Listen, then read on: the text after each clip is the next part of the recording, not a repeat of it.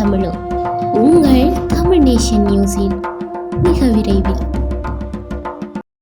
கல்குடா கல்வி வலயம் வாழைச்சேனை இந்து கல்லூரி கனிஷ்ட வித்தியாலயத்தில் தரம் 1 மாணவர்களை வரவேற்கும் கால்கொள் விழா இன்று வித்தியாலய அதிபர் திருமதி ஷோபா ஜெயரஞ்சித்தின் தலைமையில் நடைபெற்றது.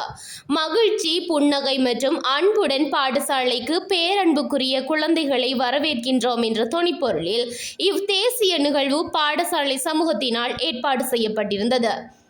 இன்றைய நிகழ்வின் போது அதிதிகள் மற்றும் தரம் 1 மாணவர்கள் சிரேஷ்ட மாணவர்களினால் மலர் மாலை அணிவிக்கப்பட்டு பாண்டு வாத்திய இசை நிகழ்வுடன் ஊர்வலமாக விழா மண்டபத்துக்கு அழைத்து வரவேற்கப்பட்டனர்.